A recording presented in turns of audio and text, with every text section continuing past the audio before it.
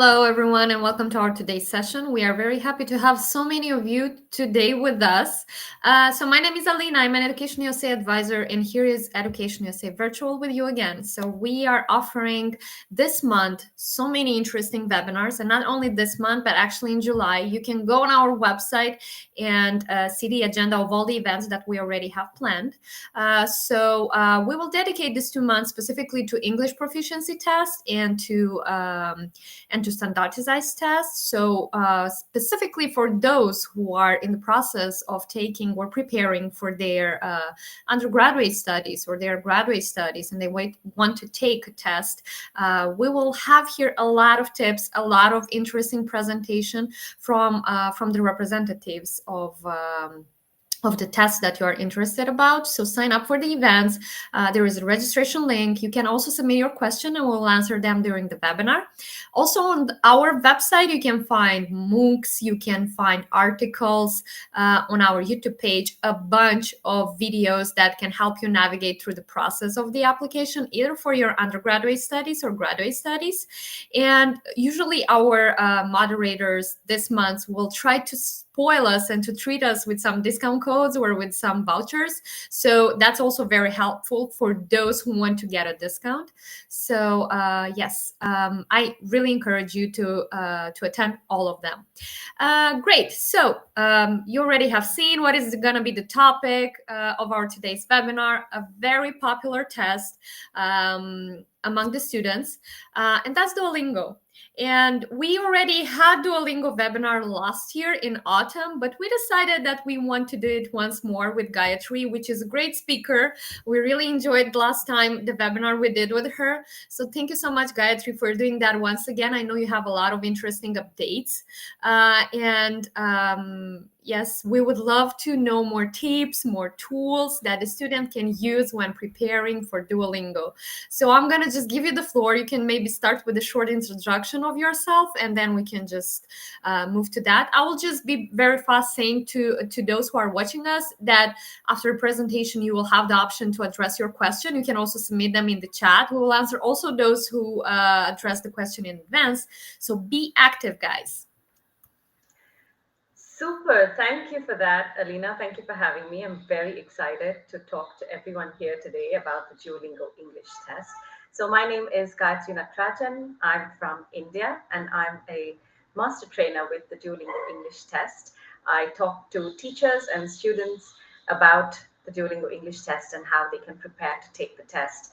I have a background in teaching and teacher training. I was an examiner for the IELTS and other English language proficiency tests.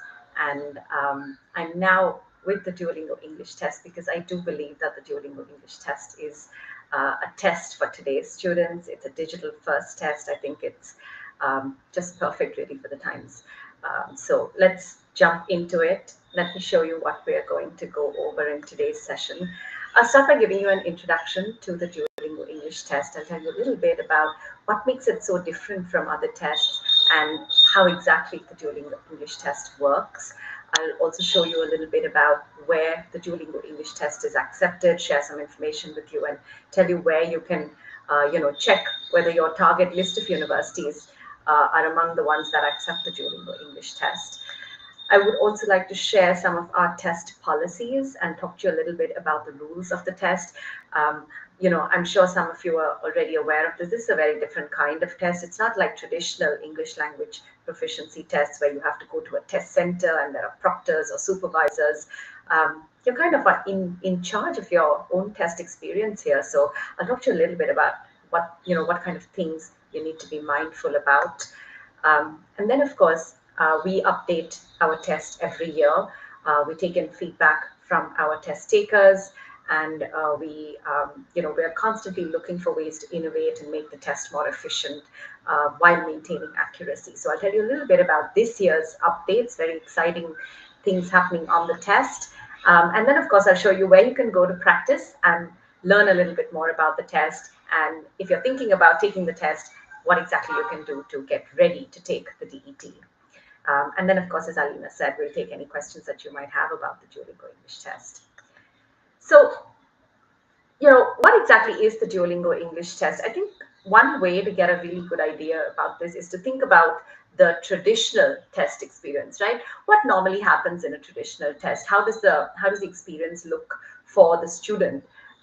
It starts with having to book a test date, which can be quite frustrating because you have to wait many weeks, sometimes months, before you can actually take the test, depending on when and where you find a seat available for you.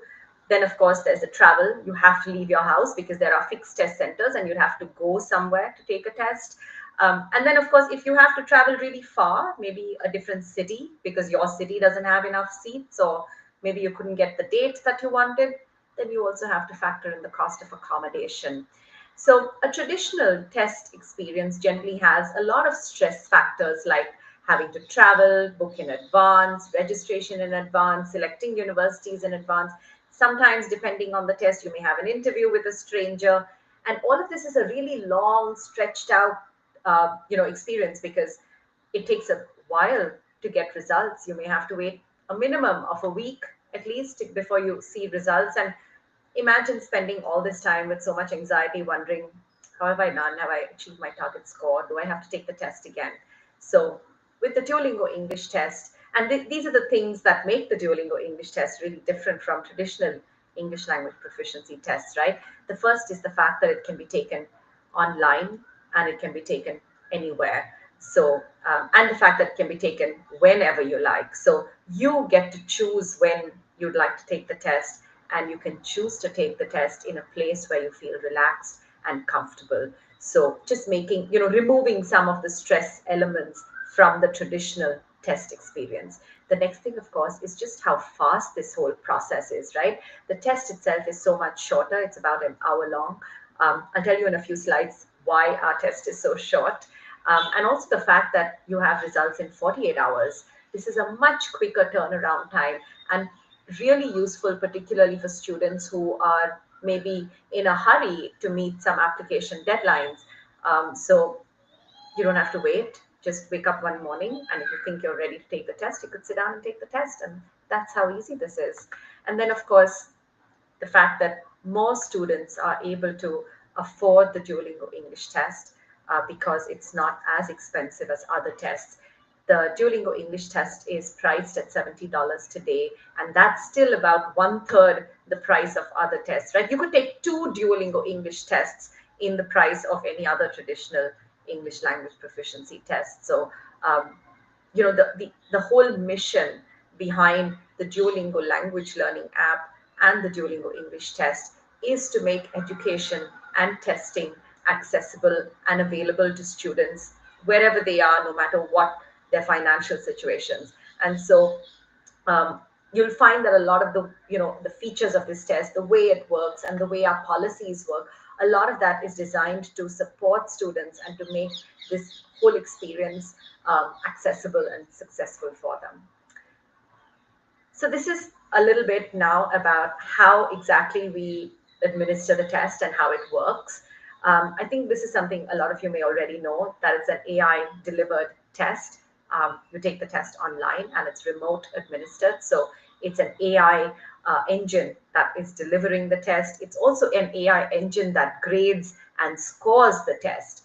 Now, I think the misconception, there may be a misconception here where a lot of people think that that's all there is to the test. It's just an AI test. It's AI scored, it's AI delivered, it's entirely all done by AI. But I think it might actually be, maybe you might find it comforting to know that there are actually humans involved in the process. So although there are AI tools, the scoring is AI, we have human proctors. So I think everyone here might be familiar with the fact that this test is recorded on video. So when you take the test, you're being recorded on video as you take the test. That video, the test session, is viewed by at least two human proctors. Every single test is reviewed by at least two human proctors. And this kind of ensures that our test remains secure, and also that we can trust the results that we get. Not just the student, but also universities can trust this result. So there are human proctors. They use the AI as a tool. It will tell them about problems with ID, or maybe some potentially suspicious test taker behavior.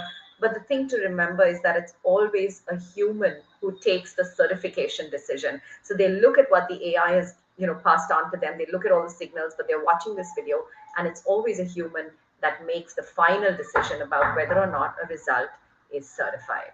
And that's how we ensure that this is a secure and trustworthy result. Another thing you might have heard about this test is the fact that it's computer adaptive. And what that means is that the difficulty level of some of the questions on the test will adapt to the test taker's performance. So what that looks like in action is, for example, if a test taker is answering questions correctly, then the successive questions they see, the next questions they see, will be more difficult. If they make a mistake or they answer one incorrectly, then the next one will be an easier one. And that's how the AI engine is trying to figure out exactly what the test taker's language level is. Now, this adaptive testing technology is the reason why the Duolingo English test is shorter than other traditional tests. It doesn't waste time forcing test takers to take a really long, standardized, fixed length test. What it does is it adapts the difficulty level of each question based on the test taker's answers so that it can more efficiently determine what the test taker's actual language level is. Now, because every question is adapting itself to the test taker's performance, one of the side effects of using this kind of format is that we need a really large question bank. So we have a very large pool of questions because we need to adapt every question to every test taker. And so what this ends up ensuring is that no two test takers will ever take the same test. And this again adds to the security of the test because it ensures a unique test experience for all test takers. So let me tell you a little bit about exactly how you can take the Duolingo English test. What is it that you need to take the Duolingo English test, and what can you expect when you sit down to take the Duolingo English test? So as far as the requirements of the test are, you need to have a valid ID. This is a passport in the case of most nationalities, but you can always confirm with our website if there are other government issued identifications that you might be able to use depending on your nationality. But in general, a passport is a good bet. So you must have a valid, up-to-date ID, one that's not expired. It's important that you have the original physical ID with you, not a photocopy or a PDF or some other kind of digital version or image of your actual ID. You need the actual ID with you on the test. You also need to have a quiet and private space, one where you will not be interrupted for at least an hour or the entire duration of the test, and one that is well lit, because remember, we have proctors watching a video of you taking the test. They should be able to see you clearly on the video. You also need to have a computer with a camera, a microphone, and speakers. The computer that you use can be a desktop or a laptop. It can have Windows, it can have Mac. As long as it's a computer, that's fine to take the test on. In addition to the computer with the camera, microphone, and speakers, you will also need to have a secondary camera, and that's in the form of your smartphones, which have a camera. The reason, and you can see this, the way it's set up in the image on my screen here. The reason we added this update actually in August last year, and the reason for this is that we wanted to gather a little bit more observational data about the test environment so that our proctors can make better decisions about test validity based on what they watch. So now they have two angles of the test taker taking the test, and this is really helpful to help our honest test takers have a successful DET experience. And this is it really. This is all that test takers need. And of course, an internet connection. We recommend a wired or a Wi-Fi connection as far as possible for taking the test. So once they start the test, the first stage of the test is just a setup stage. They'll check their microphone, speakers, and camera are all set up and working fine. They'll verify their IDs. You'll also get to watch a little video. It's about 1.5 minutes long. And it's like a little refresher or a review, really, of the rules of the test. Now, you'll find me saying this multiple times today during this webinar, and I can't say it enough. This little video with the rules of the test, this really should not be the first time that you see the rules of the test or get to know what they are. You should be very familiar with the rules of this test before you take the test. So when you watch this video, it'll be just like a refresher and not some new information that you're learning. And we'll talk a little bit more about why this is so important, why knowing the rules of this test is so important in just a few more slides. So a quick setup stage, which takes about 5 to 7 minutes. And then, of course, the test itself begins. Now, you'll see that unlike on other tests, the Duolingo English test is not really broken up into different sections for each skill. There are questions that assess speaking, writing, reading, and listening, but they are all in one part of the test. And you won't really get to take a break in between answering speaking questions and writing questions or any of the skills, really. They're all in one part of the test. And this whole flow that you see before you, this is over in about 1 hour.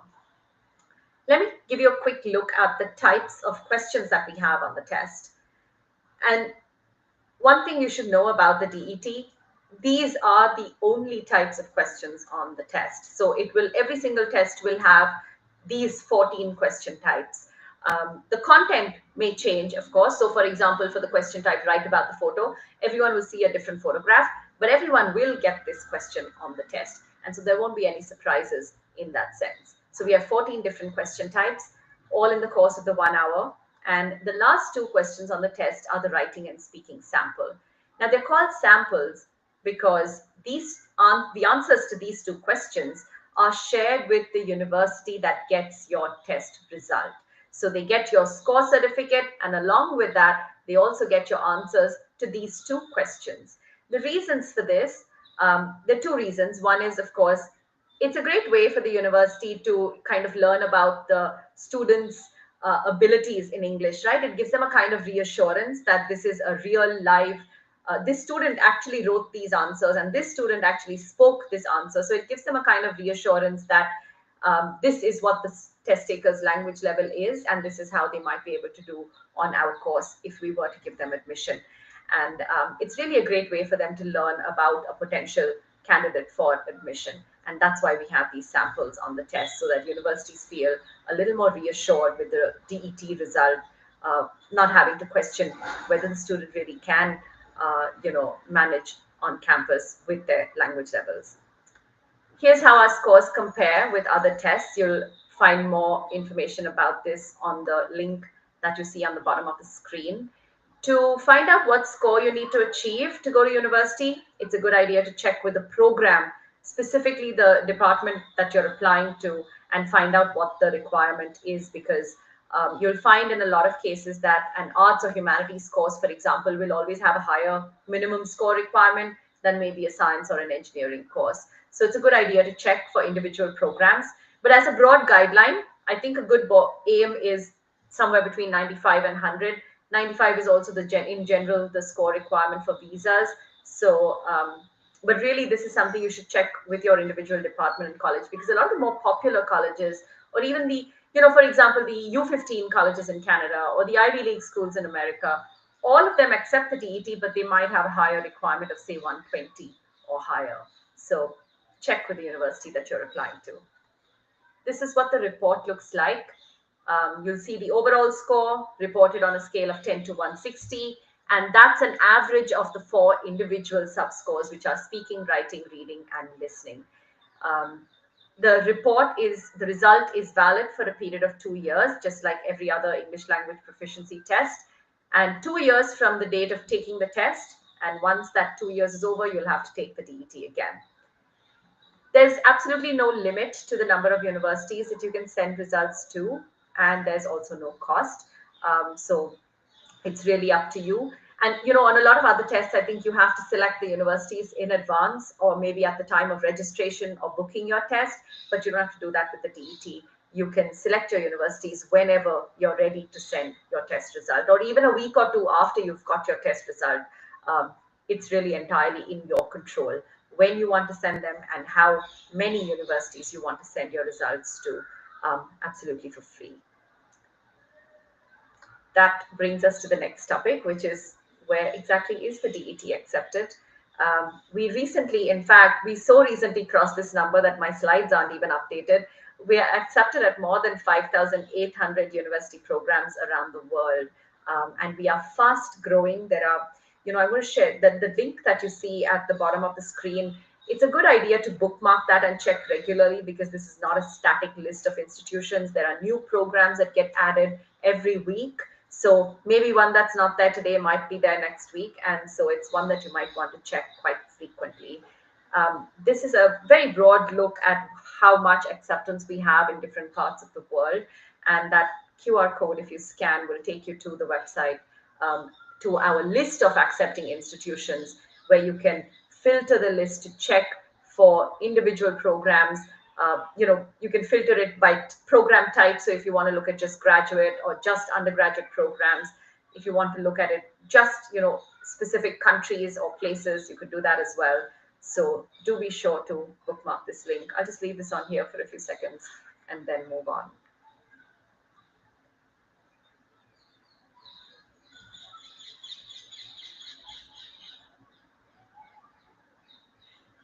All right. Doesn't seem to be too many questions in chat. We seem to be okay. I can get to those in a bit. All right. So let's talk about how exactly can you buy a Duolingo English test. Now you need an email ID, and with your email ID, you can go to englishtest.duolingo.com and make yourself a DET account. Once you've made yourself an account, you will need a credit card, and then you will be able to purchase a Duolingo English test. When you buy a Duolingo English test, you buy or you receive what is called one test credit. And you have 3 chances to use up that test credit that you have purchased. Now, there's a certain timeline within which you have to do this. You have to take the test that you've bought within 21 days of buying the test. So that's how much time you have to use the test credit. And you can buy a total of 3 tests in any 30-day period. So 3 tests in a month, 36 tests in the year. That's how many tests you can buy, and that's how often you can take a test. Now, let's say you've bought 2 credits, you bought 2 tests. The time that it takes between tests is that you have to wait, and you take the test, and then you have to wait till you get your result. Once you have your result, you can take the second attempt as quickly as you like. So the only waiting period is the 48 hours that it takes to get your result. Now, there are, as I said, you have 3 chances to take the test once you've bought it. Every time you launch the DET app or every time you start the test, that's 1 chance used up. So be very careful that you do it in circumstances where you've really set yourself up well, you've checked your internet connection, you've chosen a good time of day to take this, and you're sure not to be interrupted in any way, so that you don't waste your 3 chances to take this test. Now, let's talk about how you can use these chances and what happens if you have some trouble and you can't complete a test.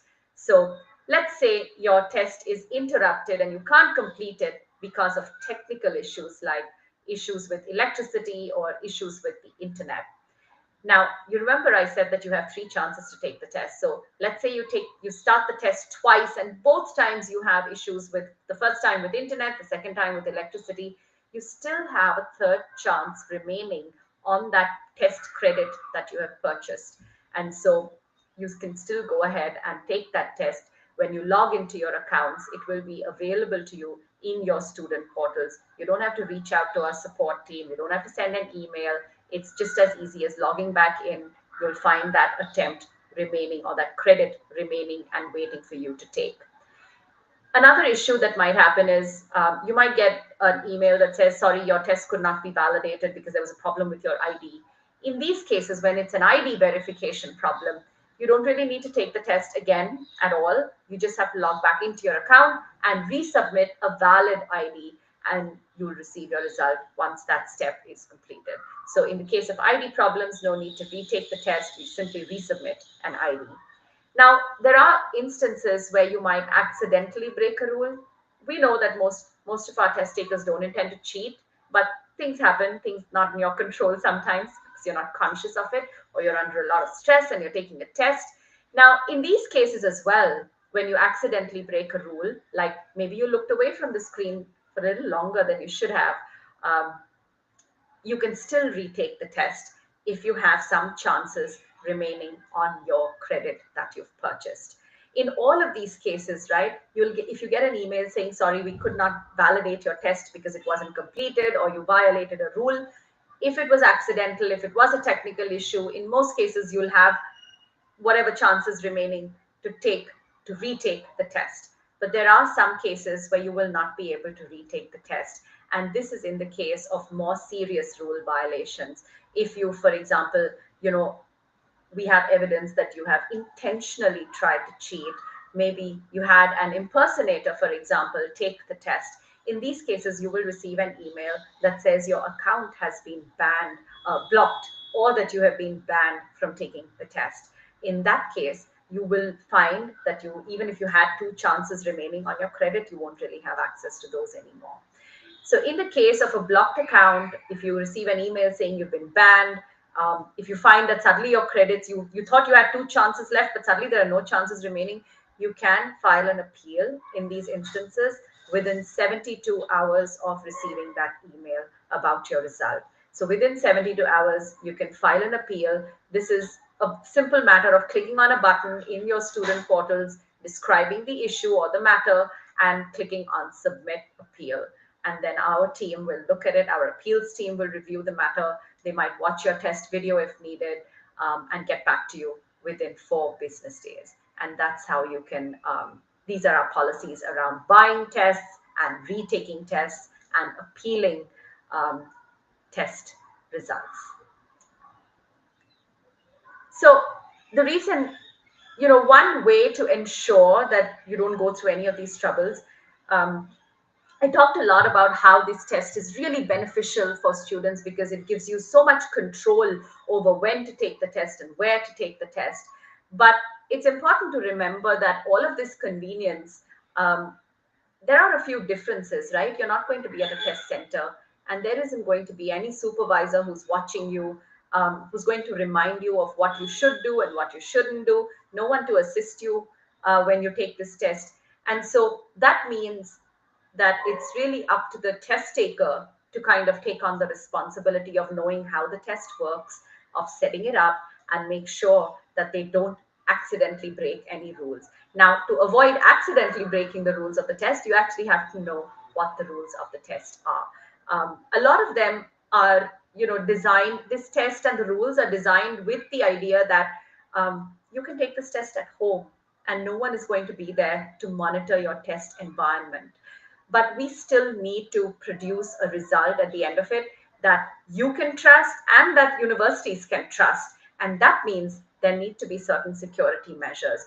So when our proctors are watching a video of you taking the test, if you're looking away from the screen several times while taking the test and for long periods of time, maybe at the same spot, that's going to raise a bit of a red flag with our proctors. And they're going to wonder why. Were you getting some help? Maybe there was something else that was going on. And so in order to have a successful test experience, to enjoy all these benefits of an affordable test, online test, at-home test, it's important that students take on the responsibility of learning about the rules of this test. It's kind of like in Spider-Man when Uncle Ben tells Peter Parker that with great power comes great responsibility. Think of it something like that, right? With great convenience like this comes the responsibility of knowing and following the rules of the test, just so that you can enjoy these benefits and get a certified test result without any trouble at all. If you have any other questions about the test rules, things like how can I set up my camera? How can I make sure my face is visible? How can I make sure that I'm using the right system? Or how can I set up my test space?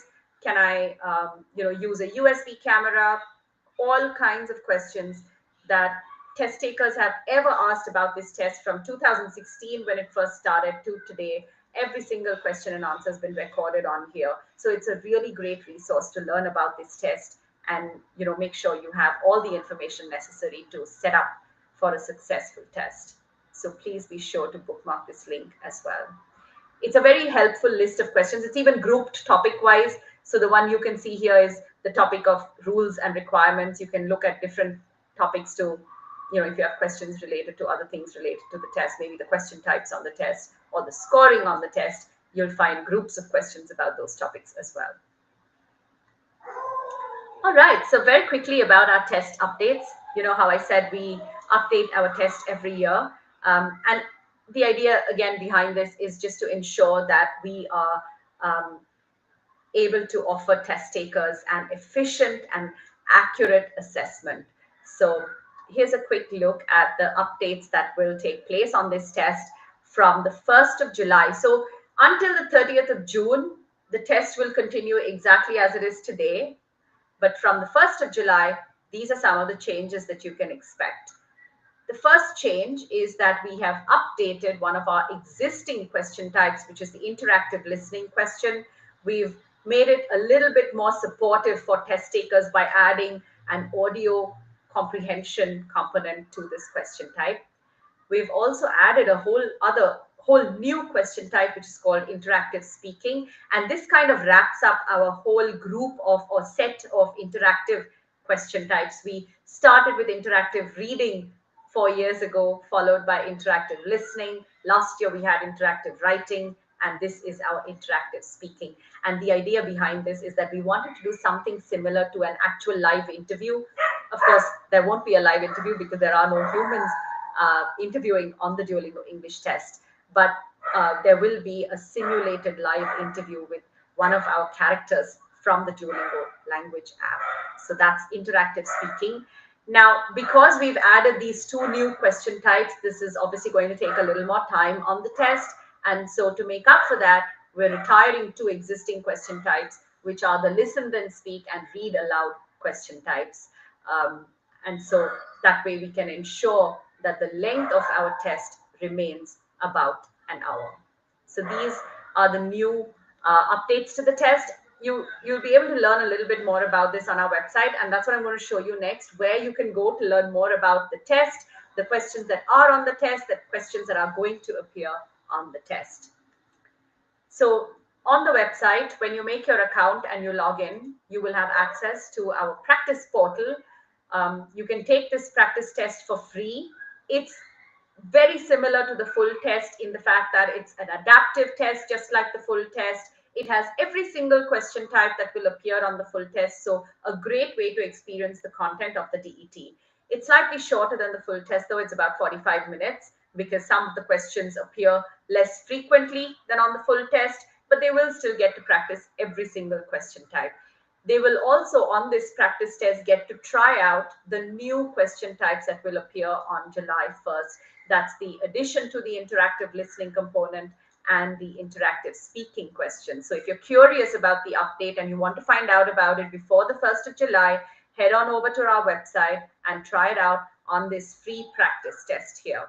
This is a great way to find out where you're at now. You'll get an unofficial score estimate that will tell you how much more you need to practice or improve to achieve your target score. Now, if you don't feel like taking the full practice test, maybe you're familiar with the test, maybe you just want speaking practice or writing practice or listening practice, you can go to our practice hub. This is also accessible once you create an account on our website, and you can choose particular or specific question types that you would like to practice depending on the skill that you would like to improve. We also have the test taker guide, which is available in the test info tab of your student portal. So once you log in, you will be able to go into the test info tab and review the rules of the test, see how you can prepare your space, as well as download the official test taker guide, which will give you all the information you need about every single question type, how the question type works, how much time you'll have to answer them, and some tips and strategies for how you can answer those to the best of your abilities.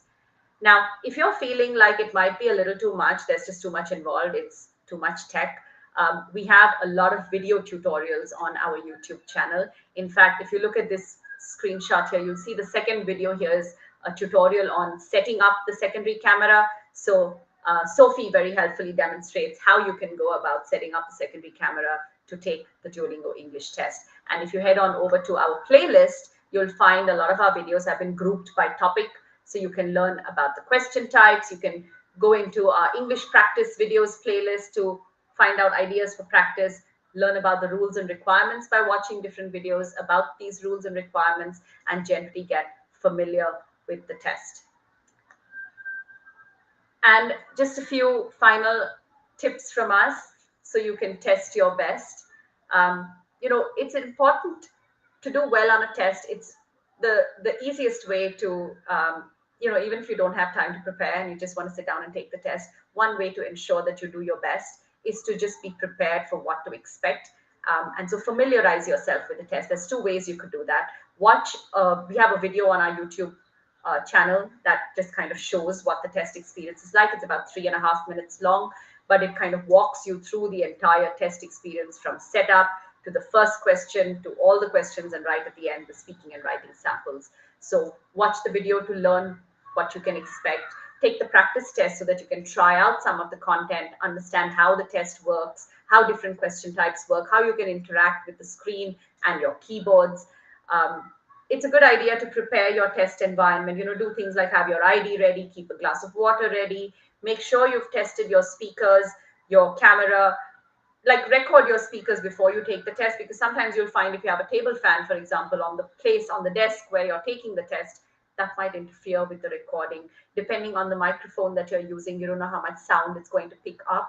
So make sure you've tested these things before you use them on the test. And of course, as I've said, I can't say this enough, please make sure you're really familiar with the rules of the test. It's the only way to ensure that you can have a successful test experience and not, have any accidental rule violations. And finally, don't forget that the speaking and writing sample are shared with universities. So the university is going to get to read an essay that you write on this test, and they're going to get a video of you answering a speaking question. They're going to watch you answering a speaking question. So do your best to showcase yourself and your English abilities. And that's really it. This is all from me for today. Before I take any questions, just in case it might help you to have a quick refresher of the different topics we looked at, and I wanted to share a few important links that might help you to learn about this test. If you can head on over to our website, these are some of the pages that you might want to check out. So I'm going to just leave this on the screen here and head back onto chat and see what kind of questions there are. Yes, we will actually answer those whom we had received in advance from our students, and then we'll move to those in chats. There are not so many of them, but I encourage those who are watching us now, because I see there are a lot of them, submit your question. If you have any question, please do so. You will get a live answer, and that's a benefit. Okay, thank you so much, Gayatri, for the presentation. It looks really nice, and I was like really scared about the updates that are coming up, but it seems that is not so scary, so it's fine. I Okay. hope so. But if you have anything that I can tell you to make it seem less scary for you. Yeah. Okay, one of the first question that we've got in advance is, I just want to know about the tips for Duolingo test. So I guess some tips on how to take it, and you've shared them at the end, but maybe some of your, some friendly tips or some like an advice maybe you can share with the students. Sure. So really, all of my tips you will find they're kind of linked to the rules of the test. So one of the tips I want to share has to do with a very important and a very commonly broken rule on the test, and that is don't look away from the camera when you are taking the test. Now, that doesn't mean you have to, constantly stare at the screen like a zombie. That's not what it means. When you're typing answers, for example, you have to look down at your keyboard, and that's fine. That's totally okay. The problem is if you have a speaking or a writing or a speaking or a reading question on the screen and you're looking down, that might be suspicious behavior, which might alert our proctors. So make sure you remember to look at the screen. What happens sometimes is that when we're thinking of an answer, we have a tendency just unconsciously to look up as we're thinking, or we look to this. If I'm sitting near a window, for example, I will always look out of the window when I'm thinking. So just make sure you avoid things like that. If that's something you do unconsciously, be conscious of it. Practice not doing it on the test. Close the window. Don't sit near a window when you take the test. So that you remember that you have to look at the screen. And I promise you, it's not impossible. This is just an hour long, the test. So just for the duration of this test, you need to make sure that you are focused on the screen. And a good way to practice this skill, of just looking at the screen and not looking away, take the practice test. Forget the questions. Just practice this skill of looking at the camera so that you can do it more easily when you take the test. So that's my first tip. Remember to keep your eyes focused on the screen when you take the test. The second thing is about the setup.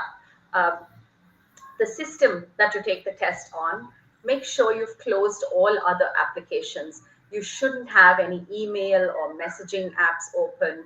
You shouldn't be using any dictionaries or spell check, these Grammarly type apps that correct your writing as you do it, for example, any translation apps. Close or disable all of these applications. You can put them back on your system. If you need to uninstall them, go ahead and do that temporarily. You can put them back after the test, but make sure you don't have any of these programs running when you take the test. And the third tip, of course, it might sound funny that I'm saying this as a tip, but you'd be surprised how often tests are interrupted with people walking in when students are taking the test. And usually it's like someone's really helpful mom or like older sister coming in with a glass of water and like, oh, you're taking a test, you must be thirsty. But it's really important that no one enters the room when you're taking the test. So put a sign outside the door. Make sure everyone, your flatmates, your family, whoever you live with, know that you are taking this test, and they should not interrupt you for an hour. And if that seems impossible, I know it is. In India, we have very noisy environments and it's really hard to find a quiet time. So don't forget that you can take this test at 2 o'clock in the morning. And that's when the world is likely to be sleeping around you, hopefully. So those are my top 3 tips for taking the Duolingo English test. Awesome. Actually, from those tips would come my next question. Would the students get a live warning from the teacher you were saying is following up the student during the test?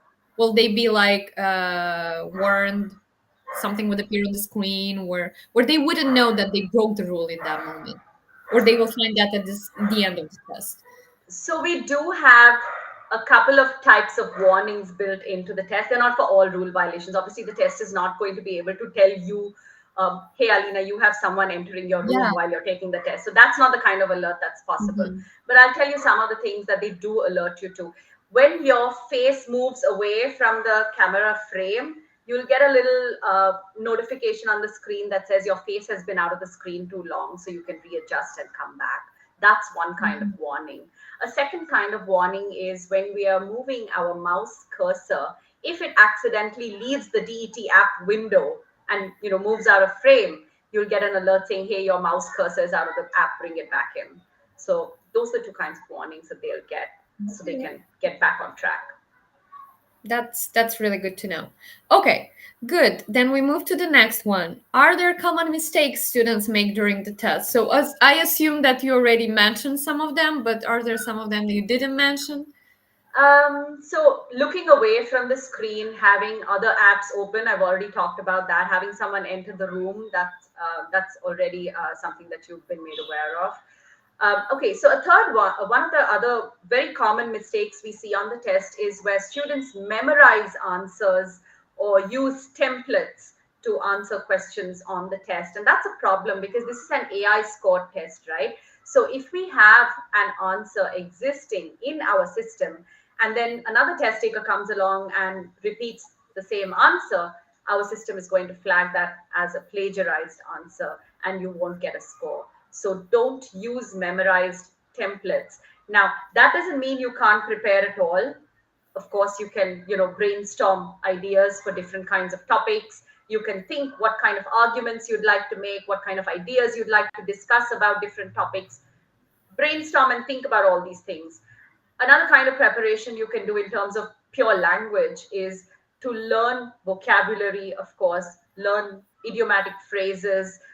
You can definitely learn phrases for starting an essay, changing your arguments or contrasting arguments, concluding paragraphs. Learn phrases for all of these things. But at no point should you be memorizing entire sentences to use as is on the test. That will be an issue. So I think copying or memorizing, plagiarizing, That's an absolute no-no on the test. That's another very commonly broken rule.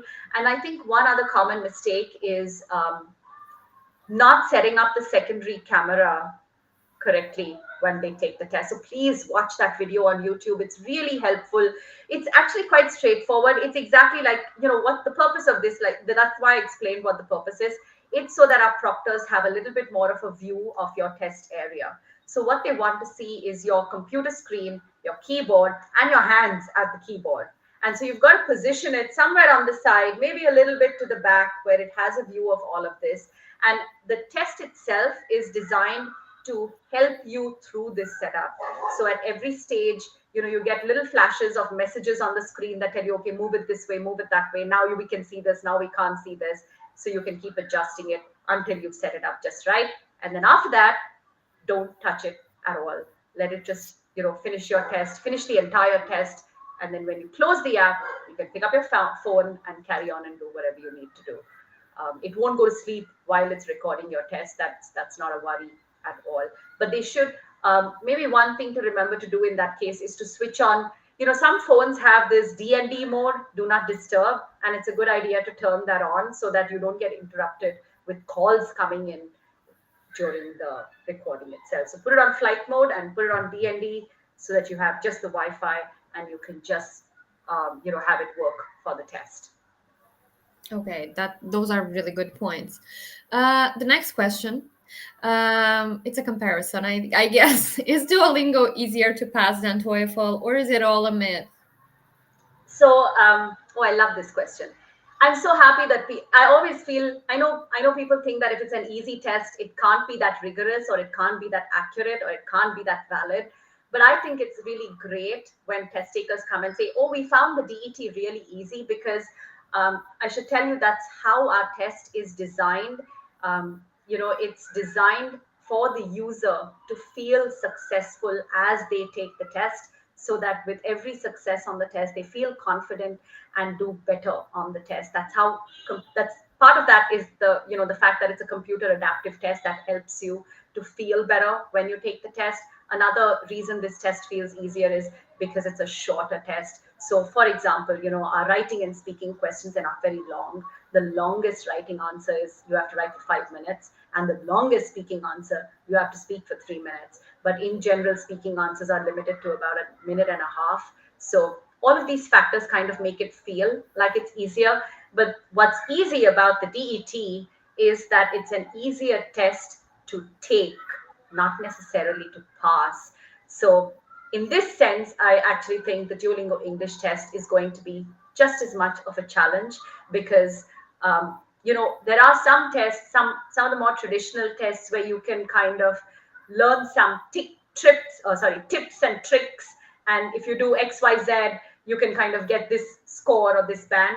But those kind of tips and tricks are really not possible on the DET. The only thing that will work here is if you actually improve your language. So just by taking the practice test 20 times, you're not going to be guaranteed a better score.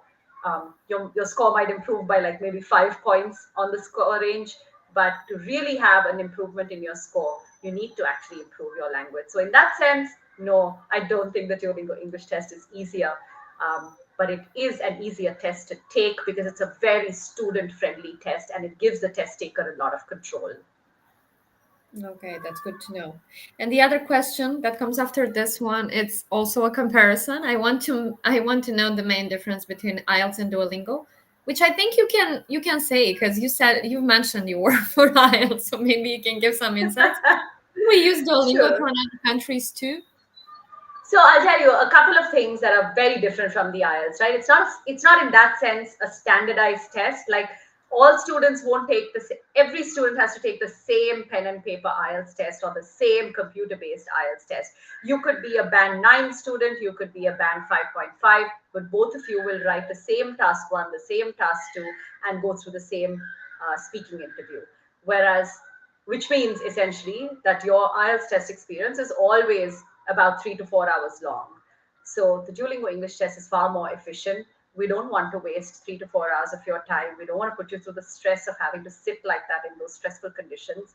We think that we can more efficiently and equally accurately assess your language within an hour. So that's I think one of the biggest differences between the Duolingo English test and the IELTS test, the fact that it's a computer adaptive shorter test. The second thing, right, I think is um, it's the whole philosophy or the whole mission that Duolingo and the Duolingo English test have. We're not trying to gatekeep students from achieving their dreams and going abroad to study. We want to facilitate that. We want to make it easier and accessible. And I think that's what sets us apart, not just from the IELTS, but from a lot of traditional tests in the market. We're not looking for ways to make it difficult for students to go places. We're trying to look for ways to make it accessible to them. Great. That's a great option. Yeah. Okay. The next question is 105 points at Duolingo good? I would say here that it depends on the university or depends on the place or the purpose that you have to take the test. But yeah, you can also Absolutely. mention shortly Yeah. your. It could be accepted on some courses. If it's a science or an engineering course, possibly 105 is enough of a score. But really, this isn't something that you should take away from this webinar and use as your baseline. Please write to the department that you're applying to and confirm what the minimum score required is so that you have a successful application. Between 95 and 100 is a general cutoff, but it really varies from program to program. Good.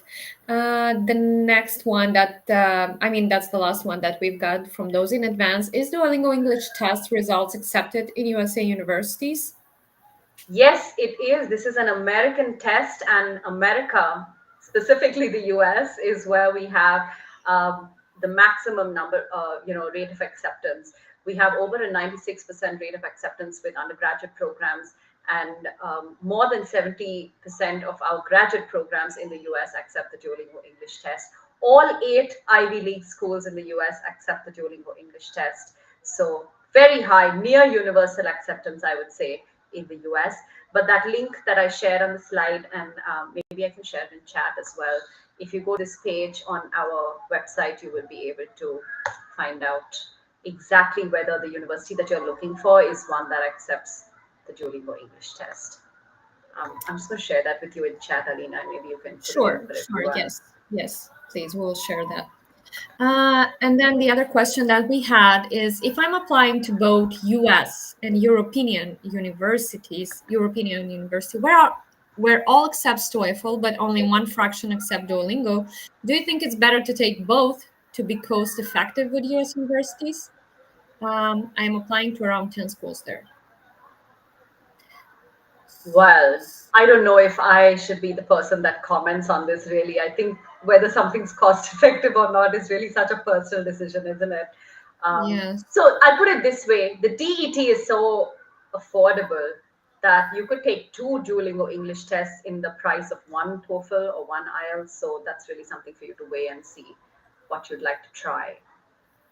Yes, and again, it's similar to the question that we've got from a person that was asking about the main differences and if the test is accepted in the US, and it depends on the purpose that you are taking this test. So if you're applying Yeah. specifically for studies in the US, you should check the program, you should check the university requirements. Maybe it's not only for applying to university for some cases. So if there are students who have a different purpose or they want to take it for their visa interview sometime, that's also required. Then you can also Yeah. check what is the requirement specifically there. But for universities, we know some of them might be more strict. So I think that's something that to be consulted with your Education USA advisor. So depending also on your application overall and everything you need to provide according to the program you are applying, then you can also think which test is better for you. I will add though that if the university that you're applying to accepts the DET, then you don't have to take another test to get a visa to go to the Sure. US. The same test result is fine. But normally all of them would require an English proficiency test. So, I mean, visa purposes is just, yes, it's for immigration purposes for sure, not for studying in the Yeah. US.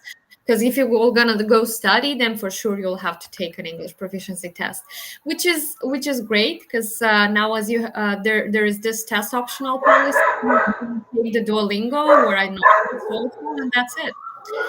Okay, the next question that we already have in the chat is from Marina. She's asking, my question is whether after a full-length practice test, any results for it are given or not.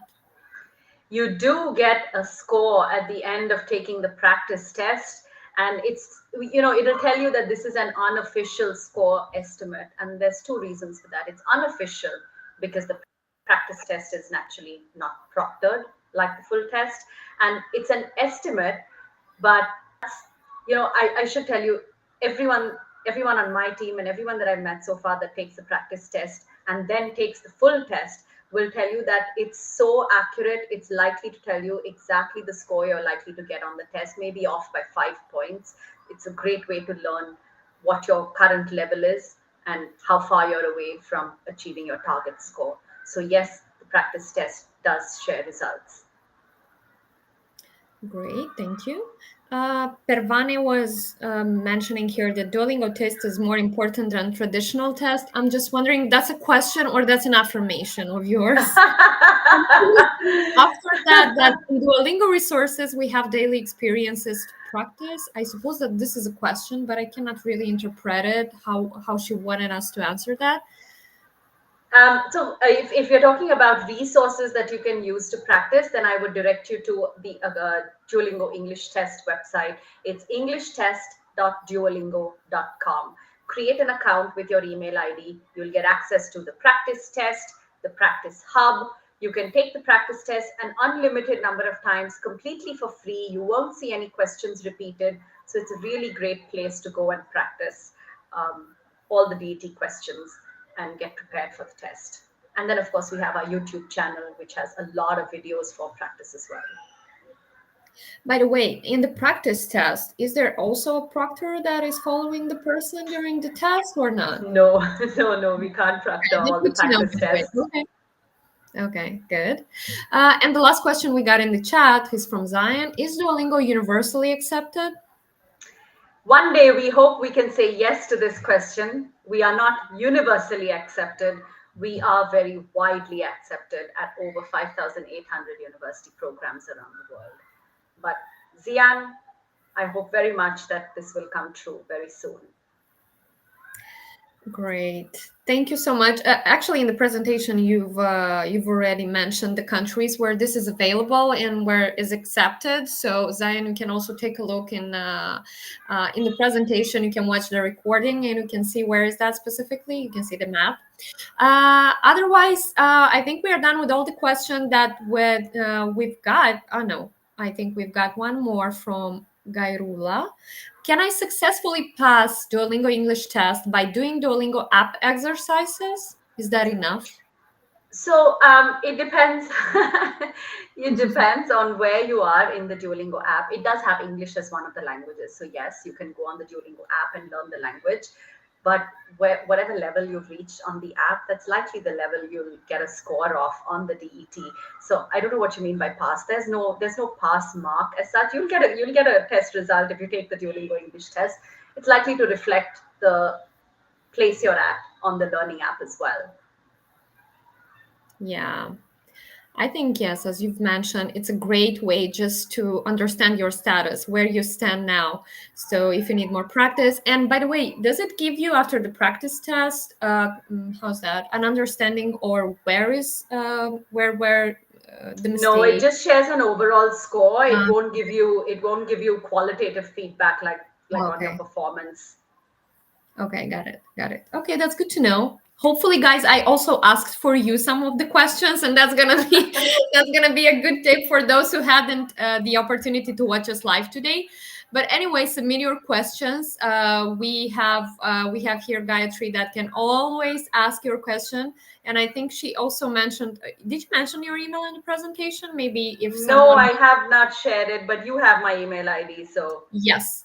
So guys, if you want, if you feel comfortable, I can share that in the chat. So maybe if students will want, you can just redirect them and give them more information on that.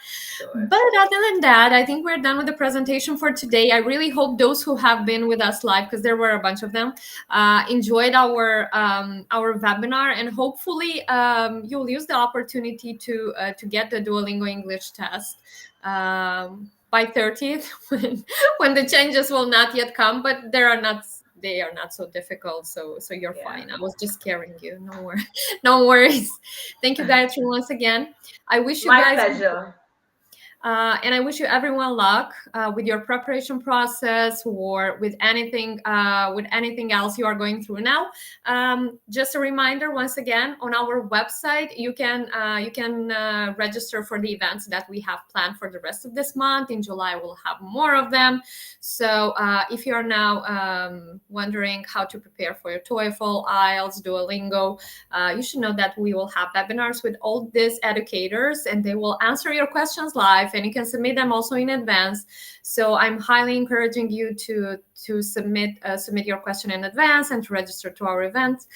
Thank you once again, and you have a great evening.